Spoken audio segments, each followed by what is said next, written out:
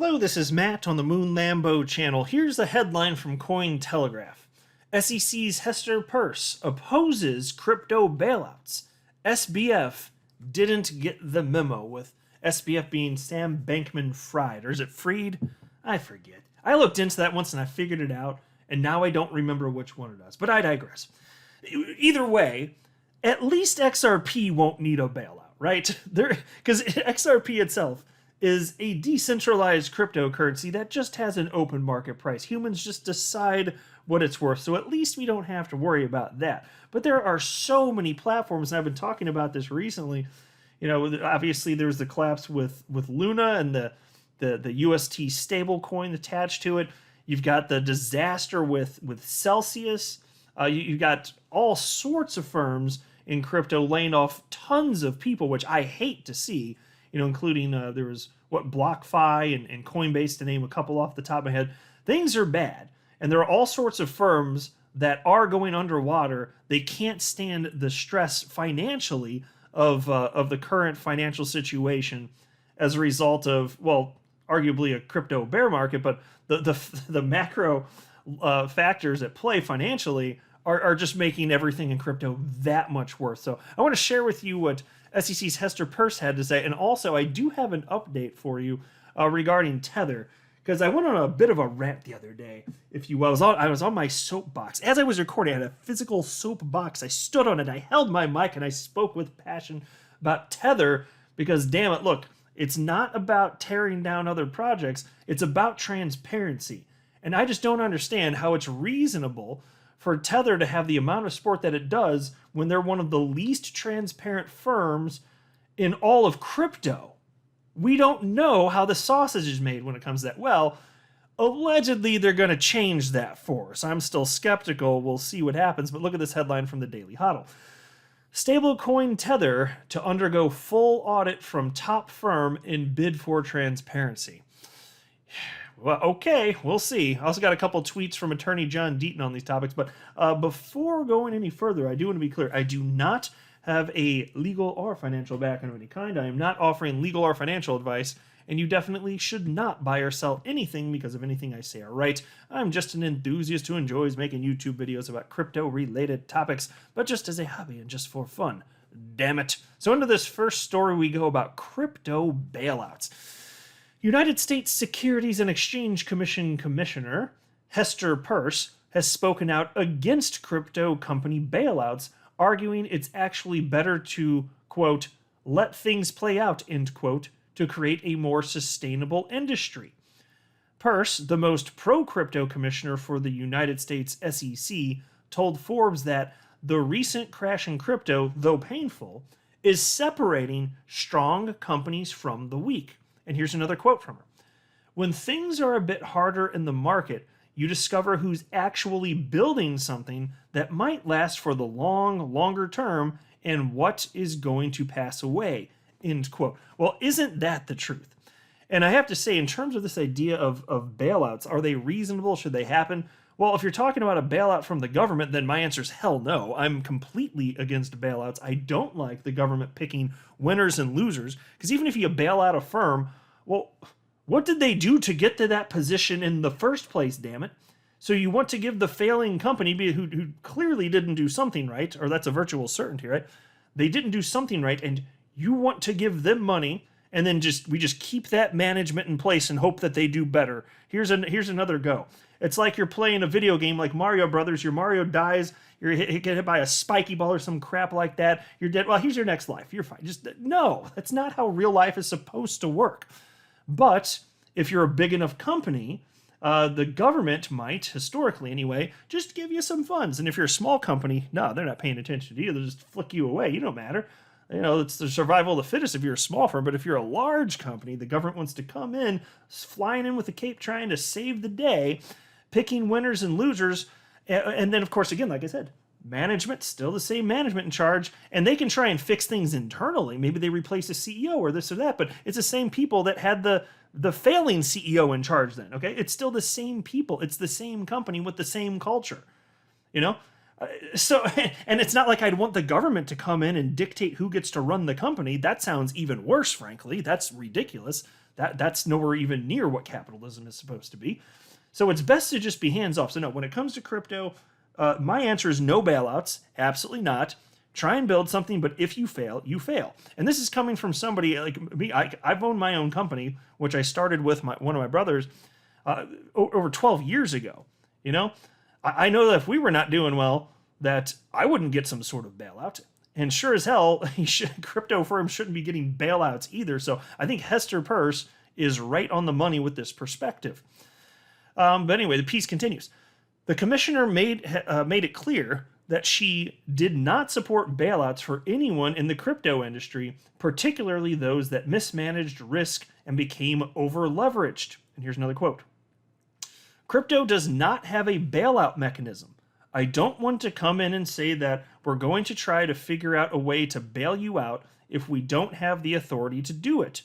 But even if we did, I would not want to use that authority. We really need to let these things play out. End quote. The SEC commissioner's comments come amid a slew of insolvencies, layoffs, and hiring freezes within the crypto market. Yeah, and so worth pointing out in a video I put out today, I already mentioned this, I'm not going to go into it. Let's just say Ripple's hiring hundreds and hundreds and hundreds of people. That's what they're aiming at. So at least they're doing well. That's good. I like seeing that because XRP is at the core of their business model. Just saying, my friends. Anyway, piece continues.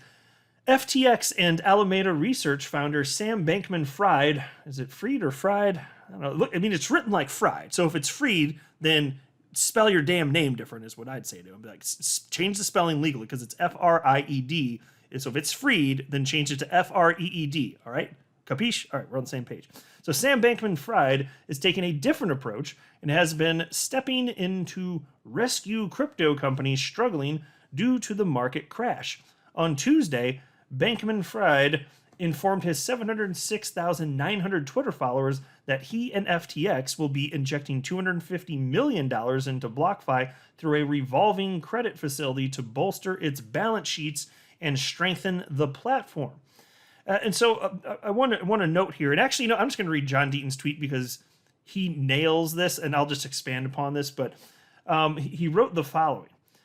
I have seen people, I need to read this one first. So there's Jason Williams. He's a guy he's a Bitcoin max. He's well known in the world of crypto, 198,000 followers here. And he said, for the record, I hope Celsius gets bailed out and the folks that have Bitcoin and other assets locked up get them back.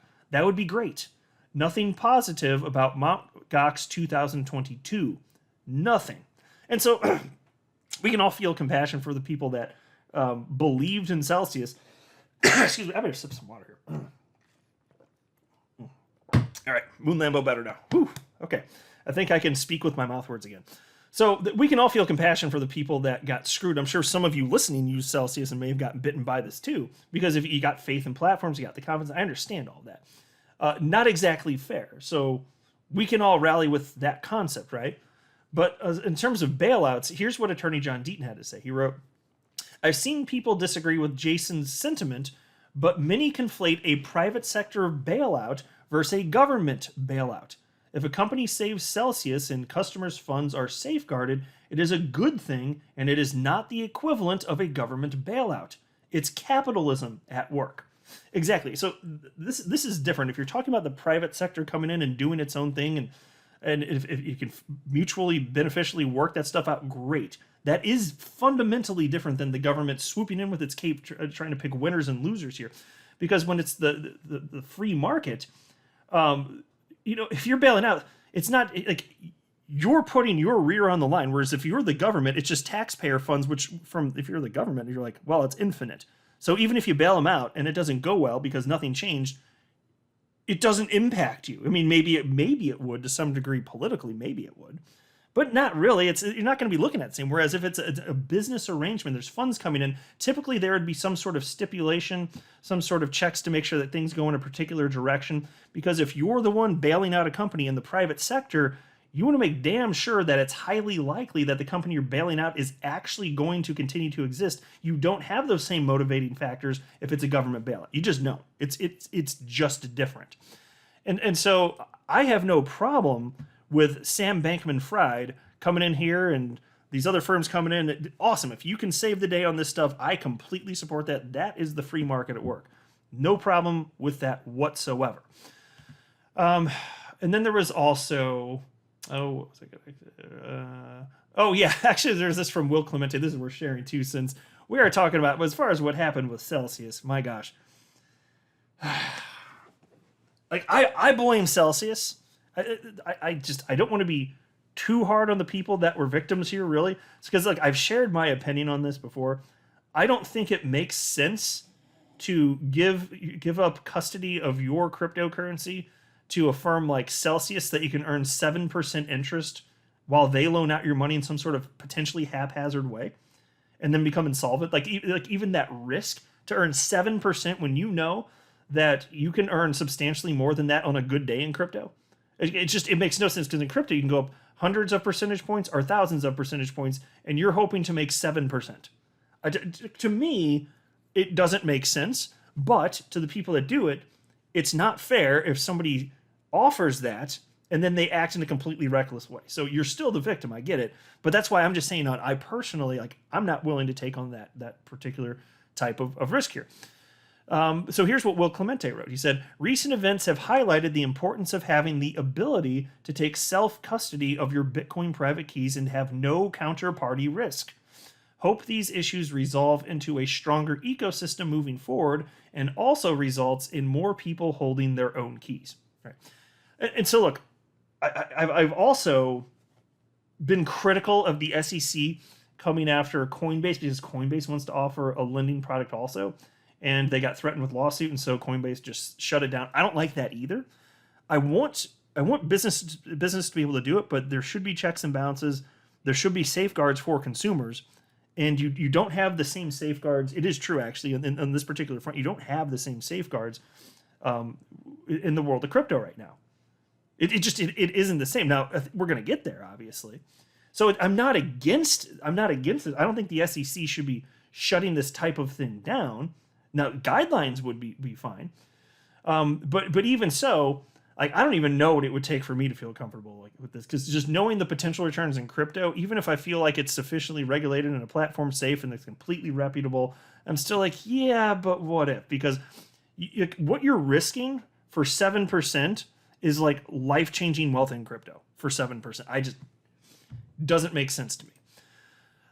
And then there's this from the Daily Hodl. Let's just talk a little bit about Tether here, because why the hell not? It's my channel, damn it, I do what I want. So here's the headline. Stablecoin Tether USDT to undergo full audit from top firm and bid for transparency. Yeah, well, we'll see. Tether will undergo a full audit from a top accounting firm, according to the stablecoin issuer's chief technology officer. Tether CTO Paulo Ardoino, maybe I said that right? Ardoino? I said it with a weird emphasis, but you know. Anyway, so that guy tells Euromoney that a top 12 accounting firm will audit the company because the leading 4 auditing companies are wary of stepping into the relatively unregulated crypto space. Now, this was interesting to me, and if this is the case, okay. The biggest firms out there don't want to risk their reputations and won't even touch an opportunity to audit like this. This is interesting. So here's the quote from him. I think it's one of the top 12, so not that bad. The big 4 are a bit more cautious about providing a full audit when the rules are not clear, end quote. Okay, top 12, good. A little concerning that you don't know, you say you think it's one of the top 12. Do you know who you're trying to hire to do this? Do you know anything about them? You're not sure where they're... Okay. That's where we're starting, folks. It's probably just going to go downhill from here. Anyway, Tether has recently denied recent rumors that 85% of its commercial paper holdings are backed by Chinese or Asian commercial papers and are being traded at 30% off.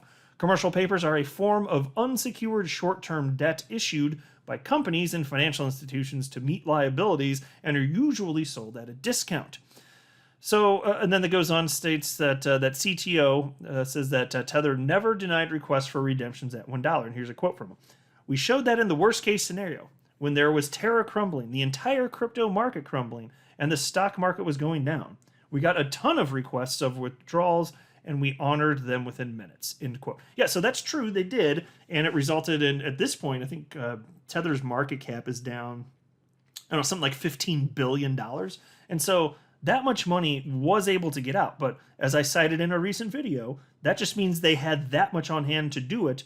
If it got to a point where they couldn't get money out, Tether would have just run to zero. So if it's, what I'm saying is, if it's actually not backed 1-to-1, if there's a run on it, it goes to zero.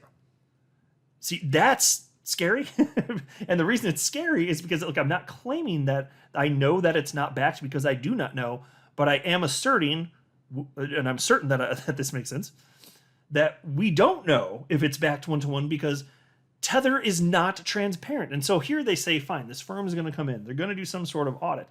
Okay, are we going to get to see it? How are we going to know? Are we just going to get an opinion from them, which you're the one paid them to get the damn result? Like, are we just going to take their word? You paid them, and so that's somehow unbiased? Are we sure? What are the assurances out there that they're operating in an unbiased fashion when you paid them to give them the report that you wanted? Like, how does that work exactly? And even if you can do that, are we going to get to see the nuts and bolts? Do we get to see how the sausage is made? Because without seeing that, I'm always going to be wary, no matter whether it's Tether or USDC. I don't care. Pick your stable coin. If I don't know how the sausage is made, I'm not going to really be interested in using it. And if I ever do use a stable coin, which I never have in my entire life, if I do ever, it's going to be over a very short time period to reduce my risk exposure to it. For any reason I ever feel like I really need to, okay, I'm going to get the hell out of it as quickly as possible. And if I can avoid it, I'm going to avoid it. I'd rather just avoid it. Because I'm not a trader. I don't need to get in and out of positions. And no. Trading doesn't make no damn sense as far as I'm concerned. So that's where we're out here. So let me know what you think. If it's done right, fine. I would rather have transparency. I'm just not convinced we're going to get it. That's all I'm saying here. I'm not a financial advisor. You should not buy or sell anything because of anything I say or write. That would be a very, very, very bad idea. Until next time, to the moon, Lambo.